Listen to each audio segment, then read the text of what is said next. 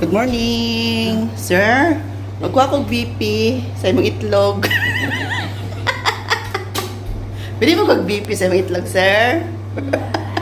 Wala mga sisi. Good morning. Kasi Kuya Dave nakasmile na. Okay na ka, Kuya Dave? Uli na ta? Uli na, paninda na dito. Uli na ka ay. Paninda na. Sige ka. Paninda na ka. Dile. Mag-bike. Mag-bike na lang daw siya mga sisi. Time check, 8 a.m. na. So, 3 days na kami ni Kuya Dave dito sa hospital. Pero wala pang advice na makalabas kami kasi bukas pa Monday ang schedule ng kanyang colonoscopy o endoscopy. Nakakapagod dito guys. Liga. Liga ha. Nakakapagod pa lang. Sabi ko kay Kuya Dave, maganda dito kasi walang bumibili, nakahiga lang, naka-aircon. O di ba, pangarap natin tong mga tindera, pero hindi dito sa hospital. Sa magandang hotel tayo higa. Nakakain na pala si Kuya Dave ng kanyang rasyon.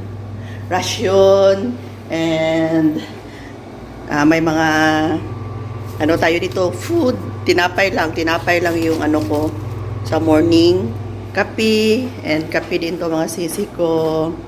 Ayan. So, pang 3 days na namin ngayon, makalat. And ako'y lalabas. Sama tayo, puntahan natin yung kapatid ng mama ko sa kabilang door. Sama tayo mga sisi ko. Bye, Kuya Dave. Pasyal-pasyal muna ang ano mo, watcher. Bye! Punta tayo sa nasa harapan kami ng nurse station. Ayan.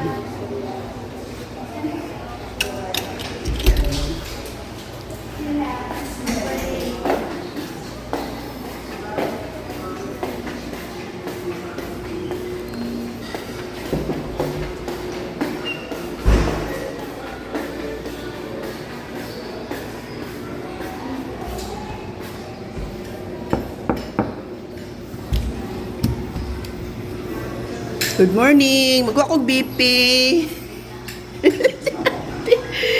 Good morning guys! Ang pinsan!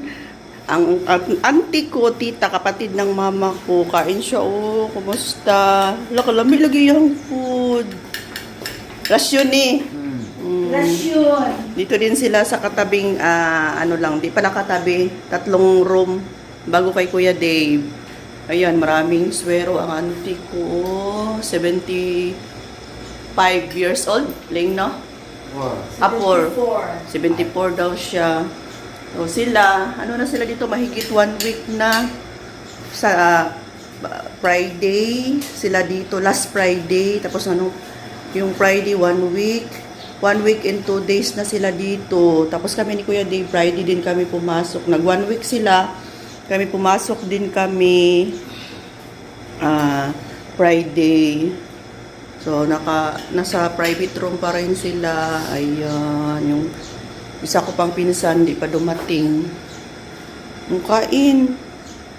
Tor, wala siya table. Di lang ka mag-table? Di ka mag-table, te? Taas.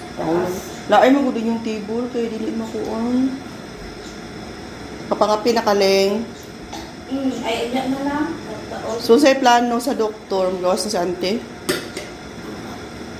Wala pa kay doktor na istorya ron? Wala pa.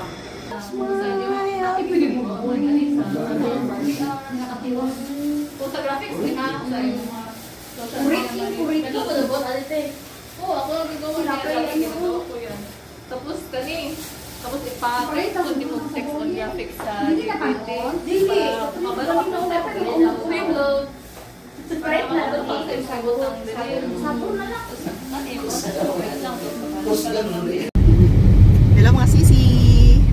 Ayan, umuwi muna ako saglit. Iniwan ko lang muna si Kuya Dave. Uwi ako, maligo ako. Ayoko maligo doon. Time check, alas 12 ng tanghali. Sinadya ni Kring na sunduin ako ng 12 para hindi traffic. So, kagigising lang din ni Kring kasi may work siya kagabi. May work ka ba? Wala. Basta. Tapos, uwi muna ako. Kuha ako ng kagamitan. Tapos pagbalik, hatid na lang din ako. So, ngayon, stop over muna kami sa meat shop. Bili ako ng carne. para lutuin ni Kring at JJ para ipahatid bukas Monday. Kasi hindi pa kami makalabas bukas mga sisi ko Monday. Schedule ni Kuya Dave. Okay, so baba na ako. Update tayo. Kailan mga sisi ko, kumusta? Balik ulit ako dito sa ospital. Kanina uwi ako ng bahay. Kakarating ko lang din. Si Kuya Dave kumain na pala. Medyo na late lang ang pagbalik ko dito.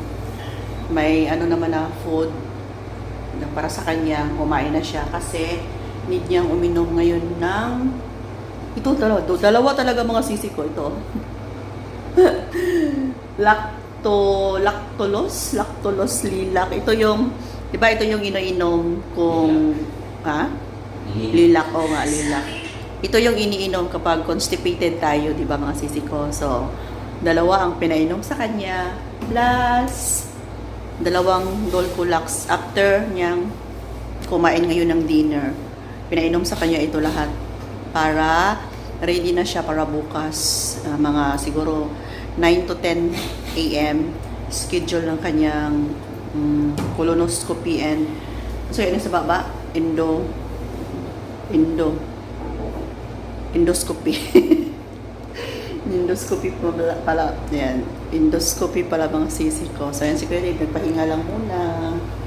Kuya Dave, uy. Ayan, pahinga lang muna siya and ang kanyang tiyan ay nag-start ng mag-alburuto. Kailangan niyang uminom ng ganito para mag-poop siya, para lahat ng kinain niya ay lalabas. Pero hindi pa rin niyang kumain ngayong gabi hanggang 12 lang ng midnight. Tapos pinainom nga para lahat ng mga kinain niya lalabas bukas hanggang 10 a.m. para bukas na yung schedule. So, sana pray lang tayo mga sisi ko. Ayan, tulungan nyo kami mag-pray na okay ang result ni Kuya Dave para bukas makauwi na kami. And tuloy na po tayo sa pagtitinda kasi walang benta, walang kita. Close talaga yung tindahan namin. Kasi nandito kaming dalawa. Ayun. Paray ko, tayo muna ako. So, kanina, tapos na akong kumain.